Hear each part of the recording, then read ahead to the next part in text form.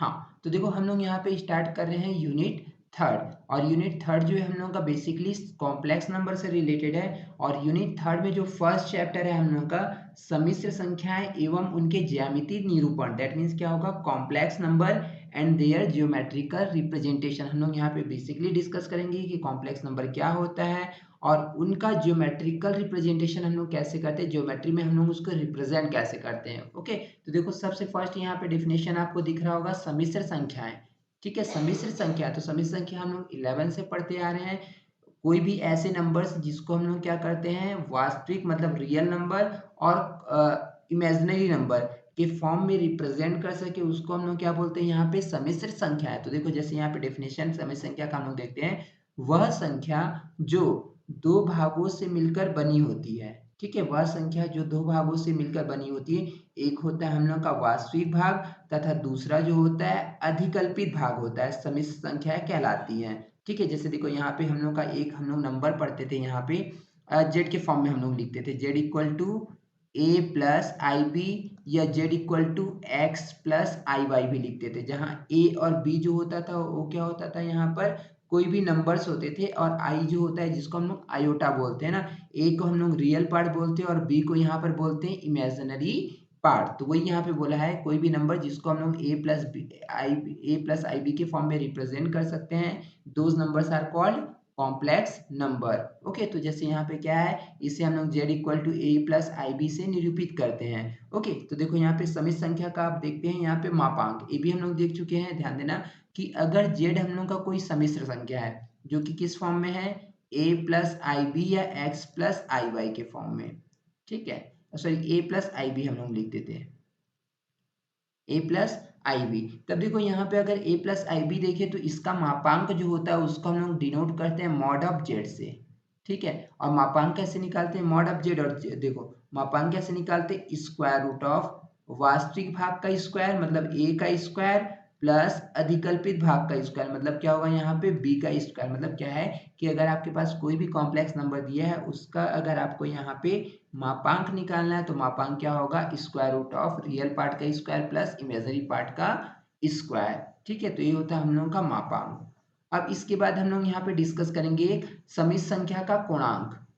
ठीक है, ये भी देखे हैं हम लोग 11th में। देखो अभी हम लोग सबसे पहले मापांक देखे, अब कोणांक। और कोणांक जो होता है समित संख्या का उसको हम लोग आर्ग्यू जेड से भी इंडिकेट करते हैं ना, ए आर जी लिखते हैं, जेड मतलब क्या है, जेड कोई समित संख्या और उसका हम लोग कोणांक निकाले, या इसी को हम लोग इंट्रोड्यूस करते हैं ए एम पी मतलब एम्पलीट्यूड ना, और यहाँ पे क्या होगा, Z is equal to.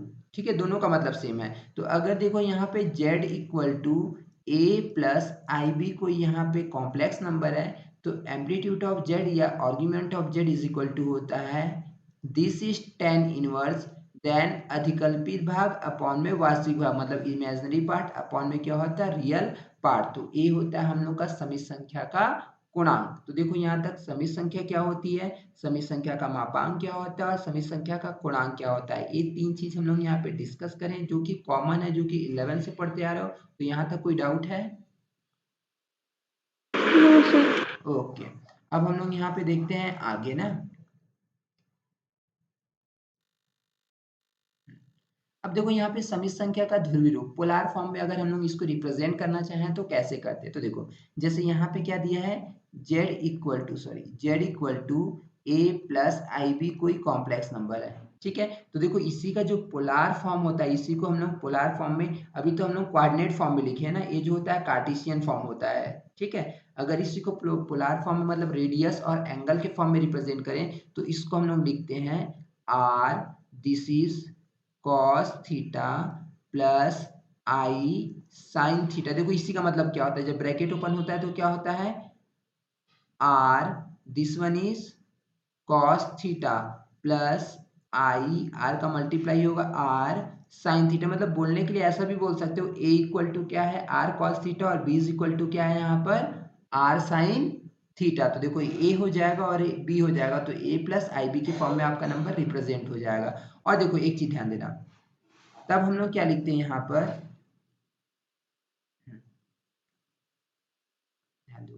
Z equal to क्या है यहाँ पर पोलर फॉर्म, अब समझ गए पोलर फॉर्म होता है आर ब्रैकेट में हम लोग लिखते हैं cos theta plus this one is I and sine theta.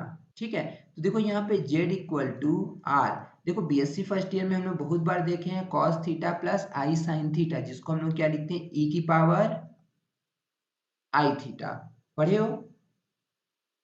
Yes sir. ठीक है, तो देखो आप इसको और भी ध्यान देना, z इक्वल टू अगर a प्लस आई बी है तो इसके पोलर फॉर्म को हम कैसे लिखते हैं r cos theta plus I sine theta, और यहाँ पे या फिर r e raise to I theta भी लिखते हैं। ये चीज इंपॉर्टेंट है ना। अब देखो यहाँ पे हम लोग कुछ देखेंगे कि जो कॉम्प्लेक्स नंबर्स होते हैं, दैट मीन्स समित संख्याएं होती है, उनकी कुछ प्रॉपर्टीज होती है, कुछ गुण धर्म होते हैं, उस गुण को हम लोग देखते हैं ना। देखो जैसे क्या बोलता है यहाँ पे कि कोई भी समिश्र संख्या है। देखो अब यहाँ पे z कोई समिश्र संख्या a प्लस आई बी, तो z बार दैट मीन्स क्या होता है conjugate of z, conjugate of z। और कॉन्जुगेट ऑफ z का मतलब क्या होता है, जो भी आपका कॉम्प्लेक्स नंबर दिया है उसमें वास्तविक और अधिकल्पित भाग के बीच का जो साइन है वो चेंज हो जाएगा। तो यहाँ पे वास्तविक और अधिकल्पित भाग के बीच का साइन कौन सा है? यस। हाँ, तो यहाँ पे क्या हो जाएगा a minus I B. Clear है यहाँ तक? ठीक है, तो ये होता है हम लोग का कॉन्जुगेट ऑब्जेक्ट। तो देखो समित संख्या की पहली प्रॉपर्टी क्या होती है, किसी भी अगर कॉम्प्लेक्स नंबर को उसके कॉन्जुगेट के साथ अगर आप मल्टीप्लाई करते हो, मतलब z इंटू जेड बार करते हो, तो हमेशा क्या होगा बताओ, उसके मॉड के स्क्वायर के बराबर होता है, मॉड के स्क्वायर के बराबर। देखो जैसे हम लोग यहाँ पे देखते हैं एक एग्जाम्पल, z इक्वल टू हम लोग लिए 2 प्लस 3i। ओके, तो z बार कितना होगा यहाँ पर 2 माइनस 3i। तो अगर हम लोग यहाँ पे z और z बार की वैल्यू निकाले तो क्या होगा यहाँ पे 2 plus 3i multiplied by 2 minus 3i। Calculate करेंगे तो a plus B a minus B बनेगा, मतलब क्या बनेगा यहाँ पे 2 का स्क्वायर माइनस 3i का होल स्क्वायर। तो यहाँ पे बनेगा आपका 4 माइनस यहाँ पे 9i स्क्वायर, और आप जानते हो आई स्क्वायर की वैल्यू क्या होती है -1। तो यहाँ पे 4 प्लस क्या होगा 9, और 4 प्लस 9 कितना हो गया 13। ठीक है, तो देखो अगर z आपका कोई कॉम्प्लेक्स नंबर दिया और z बार उसका कंजुगेट है, तो हम लोग z और z बार निकाले तो आपका 13 आया। तो यहाँ पे प्रॉपर्टी क्या बोलती है कि z इंटू जेड बार किसके इक्वल होना चाहिए, मॉड ऑफ z के स्क्वायर, मतलब उस समित संख्या का आप मापांक निकाल के उसका स्क्वायर कर दो, बोथ वैल्यू आर सेम। तो चलो देखते हैं, अगर आप इसका मॉड निकालोगे z का, तो मॉड z कितना होगा यहाँ पे square root of a square plus B square, मतलब वास्तविक भाग का स्क्वायर प्लस अधिकल्पित भाग का स्क्वायर, मतलब 2 का स्क्वायर प्लस 3 का स्क्वायर। सिंप्लीफाई करोगे तो देखो यहाँ पे आपको 2 का स्क्वायर 4, 3 का स्क्वायर 9, कितना मिलेगा टोटल 13। तो अगर मैं यहाँ पे मॉड z का स्क्वायर करूँ तो कितना मिलेगा आपको 30। हाँ, तो मतलब देखो यहाँ से क्या पता चल गया कि z बार इक्वल टू क्या आ गया बताओ, मॉड ऑफ z का स्क्वायर। तो ये भी प्रॉपर्टी क्लियर होगा आई थिंक। तो देखो ऐसे ही सभी प्रॉपर्टी प्रूफ होती है, बट हम लोग यहाँ पे नहीं करेंगे कैलकुलेशन, क्योंकि समझ जाओगे, ये समझ लो एक फॉर्मूला टाइप का है। देखो क्या बोलता है नेक्स्ट प्रॉपर्टी कि अगर आपके पास कहीं भी आर्गुमेंट ऑफ जेड दिया है, आर्गुमेंट ऑफ जेड का मतलब क्या होगा गुणांक ऑफ जेड। ठीक है, तो आप इसको minus A R G B Z लिख सकते हैं, यहाँ पे जेड का कंजुगेट है ना। देखो जैसे एक, चलो इसको भी देख लेते हैं। जैसे देखो आपके पास एक नंबर दिया है जेड इक्वल टू, जैसे 2 प्लस 3i हम लोग देख लेते, तो 2 प्लस 3i देख लेते। तो यहाँ पे अगर जेड का कंजुगेट निकाले तो क्या होगा 2 माइनस 3i। तो आर्गुमेंट ऑफ जेड क्या होगा यहाँ बताओ तो आरती, आर्गुमेंट ऑफ जेड बार ना, argument of Z bar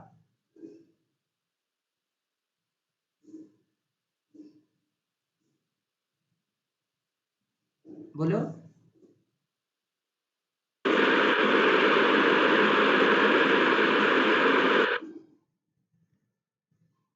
argument of Z बार क्या होगा बताओ।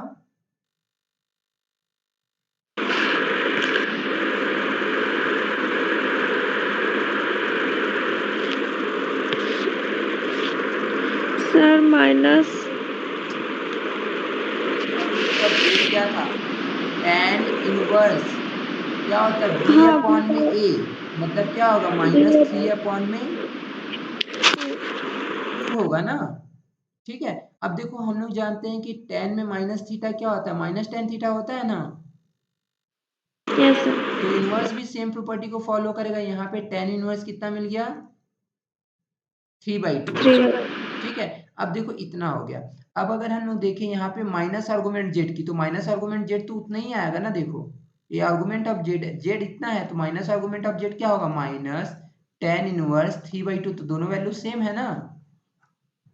Yes sir. यहाँ पे ये प्रॉपर्टी ये बोलती है ना कि आर्गुमेंट ऑफ जेड का कॉन्जुगेट निकालो या माइनस आर्गुमेंट ऑफ जेड निकालो, दोनों की वैल्यू क्या होगी, सेम होगी।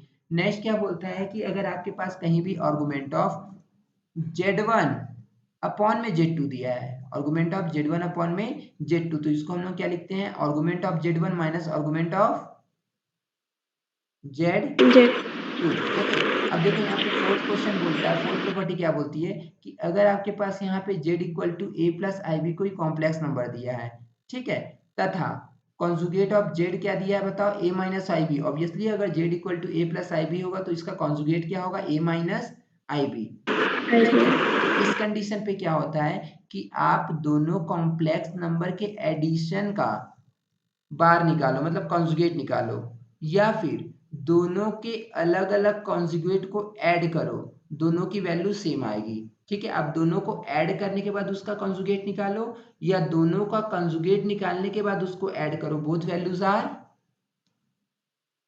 इक्वल। समझ जाओगे ये प्रॉपर्टी। Yes sir. ओके, अब नेक्स्ट देखो यहाँ पे क्या बोलता है, सेम डिफरेंस में भी फॉलो होता है ना, ये प्लस के लिए है, डिफरेंस के लिए भी क्या होता है बताओ कि अब दोनों नंबर, अगर Z1 और Z2 कोई कॉम्प्लेक्स नंबर दिया है तो दोनों कॉम्प्लेक्स नंबर का आप डिफरेंस निकाल के कंजुगेट निकालो, या कंजुगेट निकालने के बाद डिफरेंस में निकालो, दोनों वैल्यू क्या होगी यहाँ पर, सेम होगी। ये भी क्लियर है।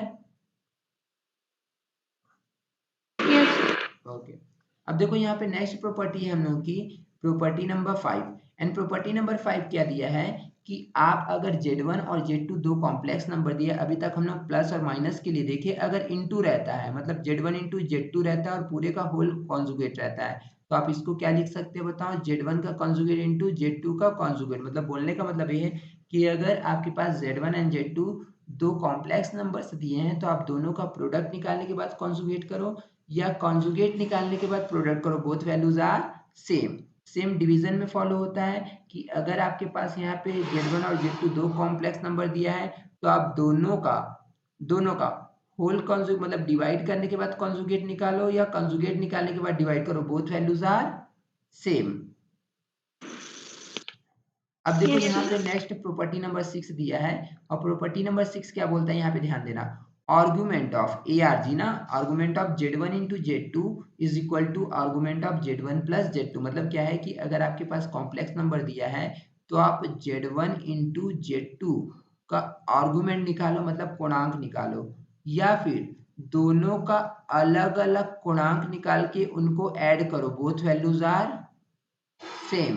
ठीक, सेम डिवीजन में क्या होता है, अगर आप आर्गुमेंट निकालो Z1 डिवीजन बाई Z2 का, तो ये क्या होगा बताओ, argument of Z1 minus argument of Z2, ये भी वैल्यू सेम होगी। ठीक है, आप क्या करो बताओ, दोनों को डिवीजन का आर्गुमेंट निकालो या दोनों के आर्गुमेंट निकालने के बाद उनका डिफरेंस कर दो, बोथ वैल्यूज आर सेम।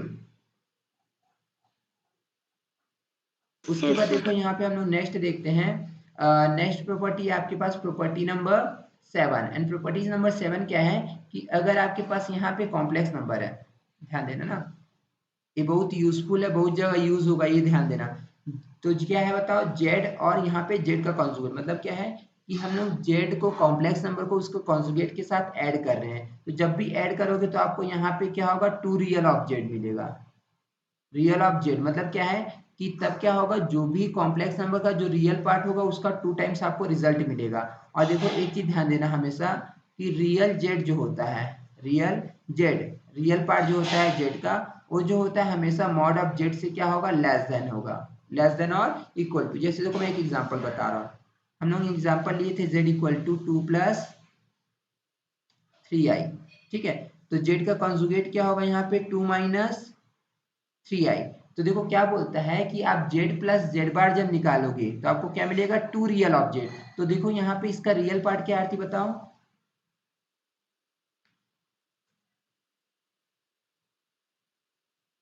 इस कॉम्प्लेक्स नंबर का रियल पार्ट कौन सा है बताओ?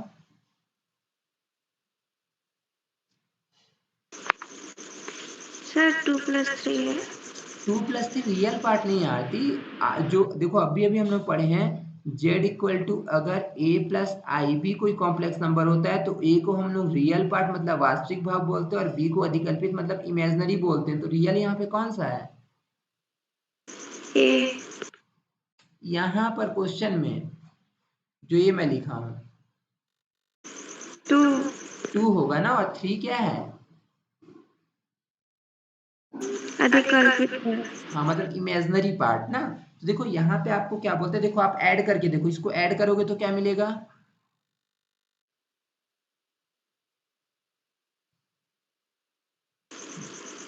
z प्लस जेड बार को ऐड करोगे कितना मिलेगा बताओ?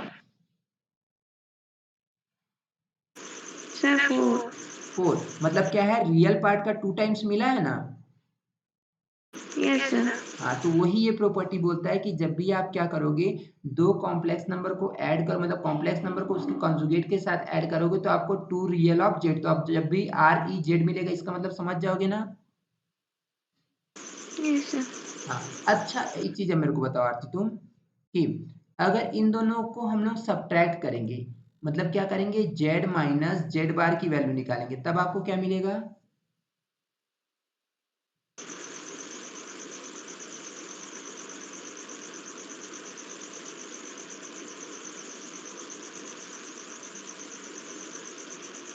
Sir real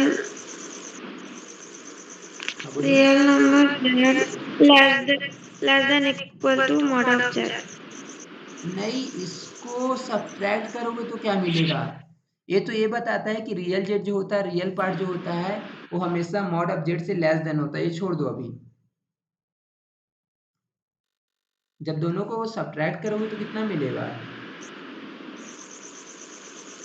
sir 6i। 6i मतलब देखो यहाँ पे ध्यान दो, बोलने का मतलब ये है कि यहाँ पे क्या मिलेगा, 2i times of imaginary Z. ध्यान देना ना, देखो इमेजिनरी कितना है बताओ, 3 है ना, यस सर। और आपको 6 मिल रहा है मतलब इमेजिनरी का 2 टाइम्स मिल रहा है ना, यस सर। और आई तो सेम रहेगा। तो देखो वही बोलता है कि 2i इमेजिनरी ऑफ जेड मिलता है। तो देखो यहाँ पे वही हम लोग लिखे हैं कि जब भी हम लोग यहाँ पे दो नंबर को मतलब कॉम्प्लेक्स नंबर उसके कॉन्जुगेट को सब्ट्रैक्ट करेंगे तो आपको क्या मिलेगा, i2 या 2i बोलो, ये दोनों का मतलब सेम है ना। यहाँ पे 2 को हम लोग बाद में लिख दिए, मतलब क्या है, i तो सेम रहेगा और 2 टाइम्स ऑफ इमेजिनरी पार्ट मिल जाएगा, ठीक है ना। Yes sir. हाँ मतलब क्या होगा, आई तो सेम रहेगा और इमेजिनरी पार्ट का 2 टाइम्स, जैसे देखो यहाँ पे आप सब्ट्रैक्ट किए तो 3 दूनी 6, 6 मिला ना। यस तो सर। समझ गए ना यहाँ तक की प्रॉपर्टी। यस। हाँ और इमेजिनरी जेड भी जो होता है हमेशा मॉड ऑफ जेड से लेस देन होता है या फिर, इक्वल। हाँ तो ध्यान देना हमेशा कि रियल जेड भी हमेशा मॉड ऑफ जेड से इक्वल या लेस देन होता है और इमेजिनरी जेड भी जो होता है मॉड ऑफ जेड से लेस देन और इक्वल होता है। ये चीज दो चीज याद रखोगे ना। यस। चलो तो हम लोग अपने क्वेश्चन में आते हैं, अब ध्यान देना। और ये सब जो छोटे छोटे क्वेश्चन हैं, बट इसमें से कुछ क्वेश्चन जो है एग्जाम में डायरेक्टली भी आ जाता है ना, तो ध्यान दो। तो यहाँ पे क्वेश्चन दिया है कि थ्योरम है, एक्चुअली एक थ्योरम बोल सकते हो या फॉर्मूला भी बोल सकते हो इसको, और ये फॉर्मूला भी यूज होगा ना। तो देखो क्या है फर्स्ट थ्योरम की दो, एक मिनट ना मैं थोड़ा सा और मैग्नीफाई करता हूँ। हाँ क्लियर विजिबल है ना। Yes sir. ओके देखो हम लोग का थ्योरम क्या बोलता है कि दो सम्मिश्र संख्याओं के गुणनफल का मापांक उनके मापांकों के गुणनफल के ही बराबर होता है, ठीक है। दो सम्मिश्र संख्याओं के गुणनफल का मापांक, अब बोलने का मतलब समझो, क्या बोलता है, दो सम्मिश्र संख्याओं के गुणनफल का मापांक, अगर z1 और z2 आपका कोई सम्मिश्र संख्या है तो क्या बोलता है कि दो सम्मिश्र संख्याओं के गुणनफल, तो इसका गुणनफल z1 इंटू z2 हो जाएगा का मापांक, मतलब z1 इंटू z2 मापांक z1 इंटू z2 क्या होगा, उनके मापांकों के गुणनफल के बराबर होता है। इनका अलग अलग मापांक क्या होगा बताओ, मॉड ऑफ Z1 और इसका क्या होगा मॉड ऑफ Z2, तो इसके इक्वल होता है। तो स्टेटमेंट का मतलब समझ में आया ना। देखो क्या दिया है कि दो समित संख्याओं का गुणनफल निकालने के बाद उसका मापांक निकालो, या मापांक निकालने के बाद गुणनफल करो, दोनों की वैल्यू क्या होती है सेम। हाँ, तो क्वेश्चन समझ में आ गया। Yes sir. ओके, तो देखो यहाँ पे क्या होगा कि ध्यान दोगे, हम लोग को ये प्रूफ करना है मतलब। तो देखो हम लोग इसको प्रूफ करने के लिए क्या लेके चले, अभी अभी हम लोग एक प्रॉपर्टी पढ़े हैं, क्या पढ़े हैं बताओ, कि मॉड ऑफ जेड का स्क्वायर किसके इक्वल होता है, जेड इंटू जेड के कॉन्जुगेट के, जेड इंटू जेड के कॉन्जुगेट के। तो इसके अकॉर्डिंग अगर हम लोग देखें तो हम लोग के पास दो समित संख्या क्या है, Z1 और Z2।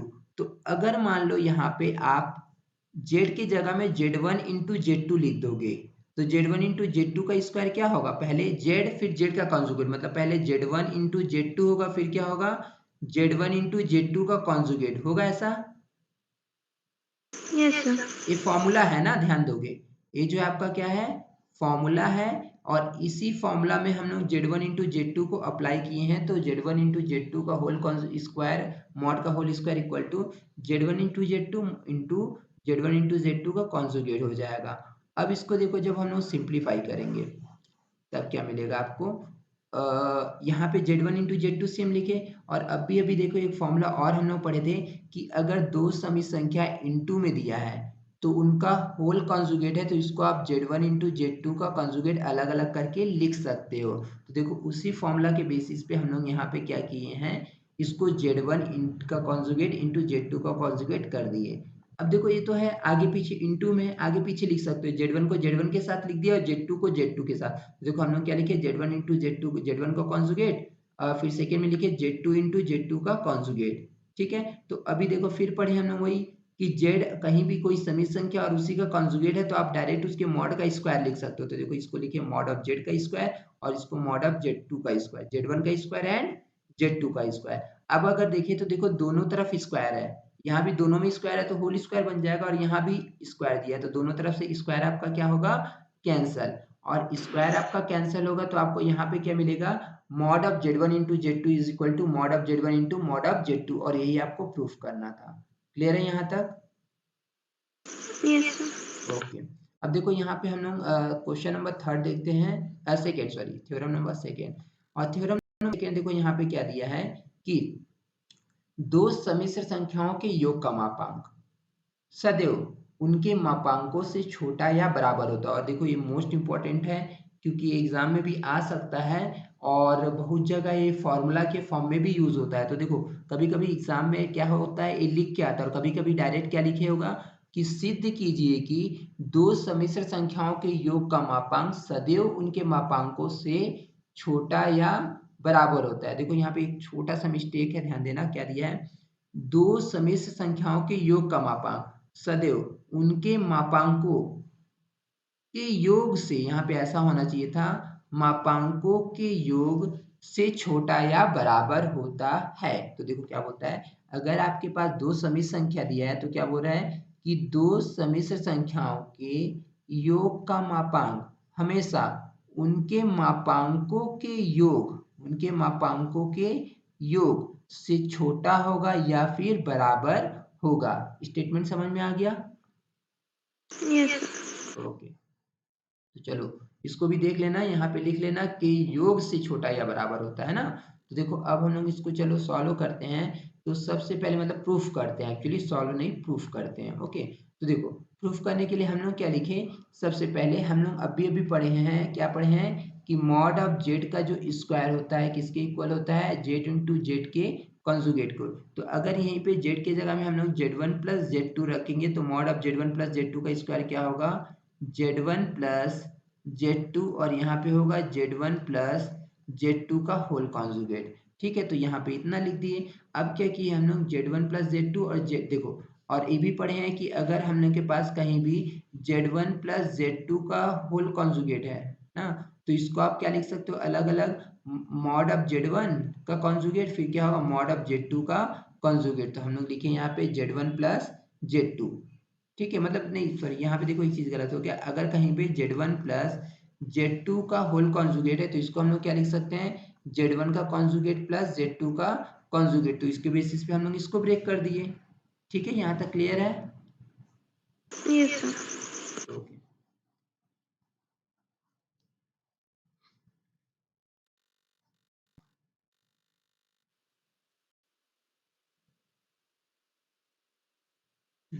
अब देखो हम लोग का यहाँ पे क्या था, Z1 प्लस Z2 और फिर था ब्रैकेट में Z1 पे बार और Z2 पे बार, मतलब देखो क्या था, Z1 प्लस Z2 और सेकेंड ब्रैकेट में था Z1 प्लस Z2, दोनों अलग अलग ना, तो इसको हम लोग मल्टीप्लाई करेंगे। देखो Z1 का पहले मल्टीप्लाई दोनों के साथ होगा तो आपको क्या मिला बताओ, पहला मिला Z1 का Z1 के साथ होगा तो Z1 का कॉन्जुगेट, फिर Z1 का मल्टीप्लाई Z2 के साथ होगा तो यहाँ पे क्या होगा प्लस Z1 Z2 का कॉन्जुगेट, फिर Z2 का Z1 के कॉन्जुगेट के साथ होगा तो आपको यहाँ पे मिलेगा Z2 और Z1 का कॉन्जुगेट, फिर यहाँ पे Z2 का Z2 के कॉन्जुगेट के साथ होगा तो Z2 इंटू Z2 का कॉन्जुगेट, तो देखो वही लाइन यहाँ पे लिखा हुआ है।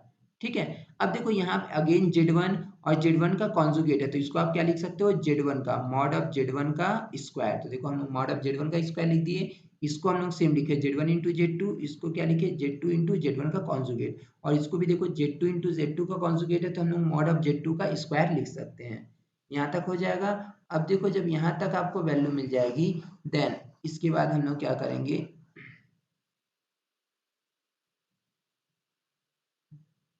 मॉड ऑफ Z1 का square plus mod of Z, यहाँ पे हो जाएगा आपका Z2 का स्क्वायर। देखो Z1 और Z2 को हम लोग पहले लिख लिए, ठीक, बचा क्या Z1 इंटू Z2 का conjugate plus Z2 into Z1 का कॉन्जुगेट, इसको हम लोग बाद में लिख दिए अरेंज करके, पहले Z1 इंटू Z2 का कॉन्जुगेट, फिर यहाँ पे क्या लिखे Z1 के कॉन्जुगेट को पहले लिखते हैं, और देखो यहाँ पे एक चीज ध्यान दोगे ना, हाँ ठीक है, ये लाइन भी देखो सबसे इंपॉर्टेंट लाइन है ना, देखो यहाँ पे Z2 का कॉन्जुगेट है, यहाँ पे होल कॉन्जुगेट है, क्यों, क्योंकि देखो हम लोग को एक्चुअली फॉर्मूला अरेंज करना था, तो हम लोग क्या किए, देखो एक चीज और याद रखना, ये मैं नहीं बताया हूँ अभी, कि आप कभी भी ध्यान देना, कोई भी समी संख्या Z दिया है उसके कंजुगेट का भी कंजुगेट निकालो तो आपको अगेन क्या मिल जाएगा, Z। ठीक है, देखो जैसे एक एग्जांपल मैं बता रहा हूँ, Z आपको दिया है A प्लस आई बी, ठीक, तो Z का कंजुगेट कितना होगा बताओ Aarti, A minus I B. A minus I B. अब Z का अगेन मैं कंजुगेट का कंजुगेट निकालूं तो क्या मिलेगा, A plus I B. A plus I B, तो इसका मतलब क्या हुआ, Z के कंजुगेट का कंजुगेट निकाले तो अगेन Z मिल गया ना। Yes sir. हाँ, तो देखो इसके अकॉर्डिंग अगर मैं देखूंगा यहाँ पर, तो देखो हम लोग यहाँ पे ऐसा फॉर्मूला में अरेंज करने के लिए लिखे हैं ना, इसी को लिखे Z2 और Z1 का जो कॉन्जुगेट था इसको, तो देखो हम लोग इसको तो सेम लिखे, Z1 को पहले लिख दिए और यहाँ पे Z2 को बाद में लिख दिए, ठीक है, और इसका होल कॉन्जुगेट लगा दिए, क्यों, क्योंकि देखो जब ऐसा करोगे तो यहाँ पे जो होल कॉन्जुगेट होगा किसके किसके साथ आएगा बताओ, देखो Z1 है और Z2 का कॉन्जुगेट है और इसका होल कॉन्जुगेट किए, अभी अभी पढ़े हो कि जब यहाँ पे कॉन्जुगेट करोगे इनटू में है पहले, तो इनटू में है तो दोनों के साथ ब्रेक होगा, किसके साथ जाएगा बताओ, Z1 का कॉन्जुगेट और यहाँ पे Z2 के कॉन्जुगेट का कॉन्जुगेट होगा। क्लियर है यहाँ तक? Yes sir. हाँ, देखो Z1 का कॉन्जुगेट तो कुछ हो ही नहीं सकता, Z2 के कॉन्जुगेट का कॉन्जुगेट है तो क्या मिल जाएगा आपको, Z2। तो वही तो है ना, देखो Z2 Z1 का कॉन्जुगेट मिला है ना, यस सर। तो अरेंज करके लिख दे, कोई डाउट तो नहीं होगा। No sir. ओके, तो देखो अभी अभी हम लोग एक चीज और पढ़े हैं यहाँ पर, और क्या पढ़े वो ध्यान दोगे ना, अभी मैं तुमको बताया था कि जब भी Z और Z का कंजुगेट इन दोनों को ऐड करते हैं तो कितना मिलता है,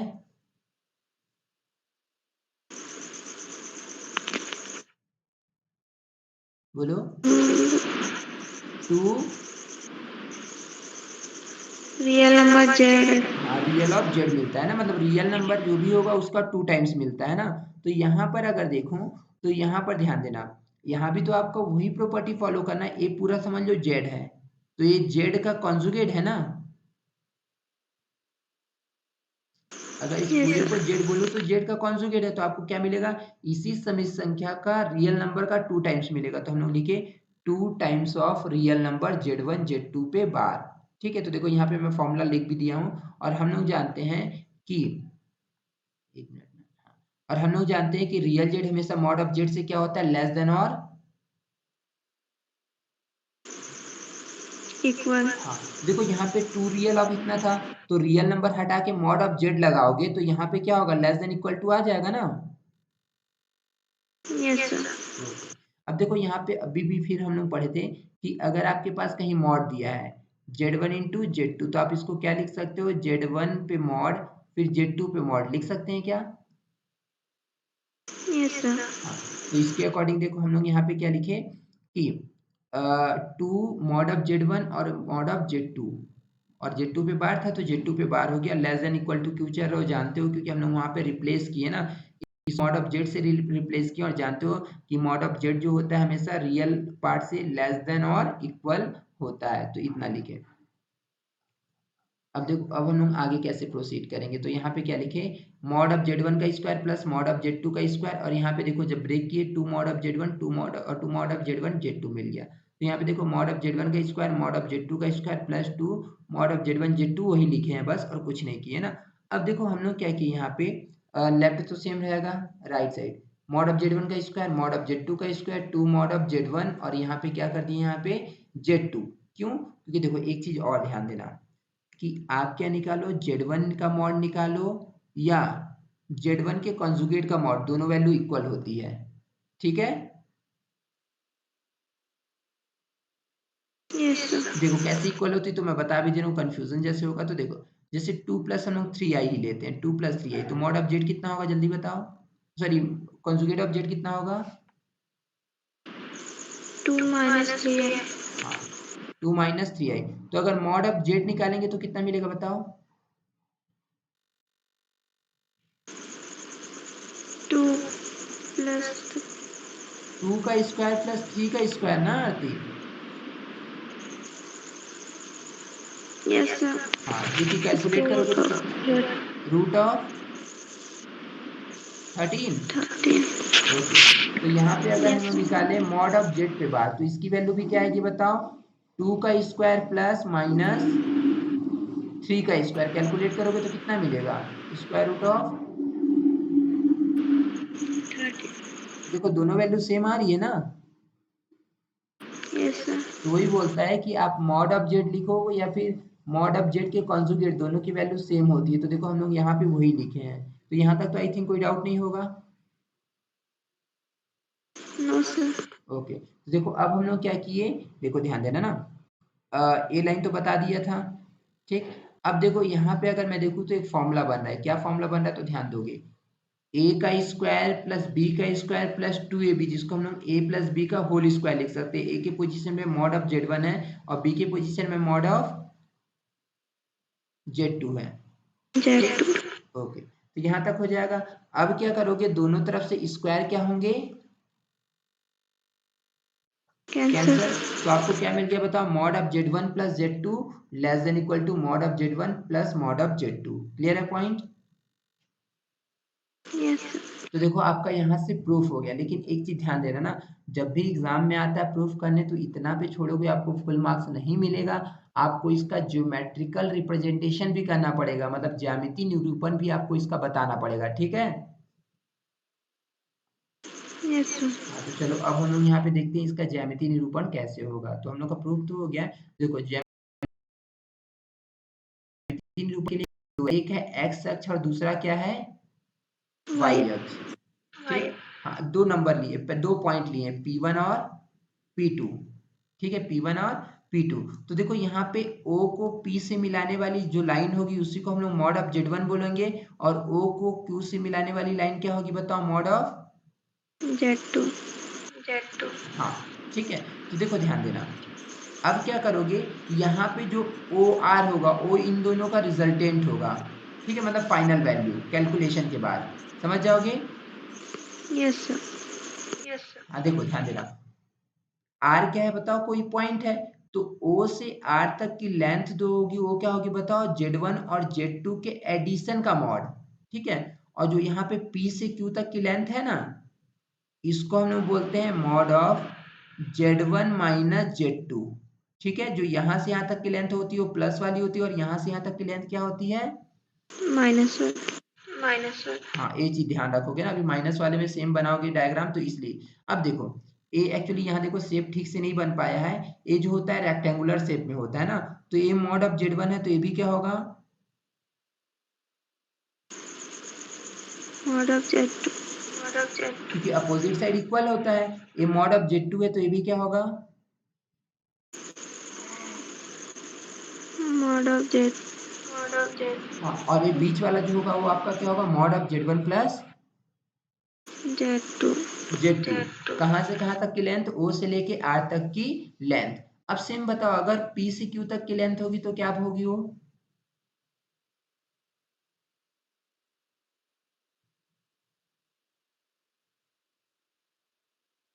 बोलो, P से Q तक की लेंथ को क्या बोलोगे, sir mod of Z1 minus Z2। हाँ, mod of Z1 minus Z2 याद रखना ना। तो देखो अब हम लोग देखो इसको कैलकुलेट करते हैं, तो हम लोग का डायग्राम बन गया ना। अब देखो इसको हम लोग ज्योमेट्रिकली रिप्रेजेंट करते हैं, तो देखो हम लोग यहाँ पे कुछ नहीं लिखे हैं, बल्कि क्या लिखे हैं यहाँ बताओ, कि माना कि एक्स वाई समतल में O क्या है, मूल बिंदु है, O से दो बिंदु P और Q इस प्रकार लेते हैं कि OP बराबर Z1 है, OQ बराबर Z2 है, मॉड ऑफ Z2। ये पॉइंट क्लियर है, यस सर। हाँ। अब देखो हम लोग समांतर चतुर्भुज क्या बनाते हैं, OPQR का निर्माण करते हैं, देखो हम लोग OP कर दिए, ये बन गया, बताया ना समांतर चतुर्भुज होता है। तो देखो यहाँ पे क्या होगा, OPQR एक समांतर चतुर्भुज बन गया। अब क्या किया हम लोग, इस प्रकार समांतर चतुर्भुज बनाए हैं कि OP बराबर QR, दोनों की वैल्यू क्या है, मॉड ऑफ Z1 है, और OQ किसके इक्वल है, PR, और दोनों की वैल्यू क्या है, मॉड ऑफ Z2 के बराबर है। ये भी क्लियर होगा, यस सर। हाँ। तो देखो ये हम वही लिखे हैं कि समांतर चतुर्भुज का निर्माण इस प्रकार करते हैं कि OP बराबर QR is equal to mod of Z1 है, और OQ बराबर PR is equal to mod of Z2 है, और जो OR है वो क्या है बताओ, mod of Z1 plus mod of Z1 plus Z2। ठीक है, यस सर। हाँ। अब देखो यहाँ पे ध्यान देना,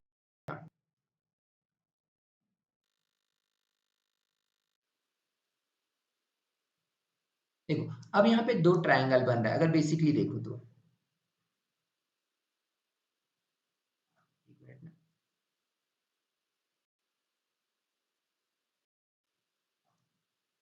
ध्यान देना ना, देखो एक ट्रायंगल आपका ये ऊपर वाला बन रहा है, एक ट्रायंगल ये नीचे वाला बन रहा है, हो रहा है,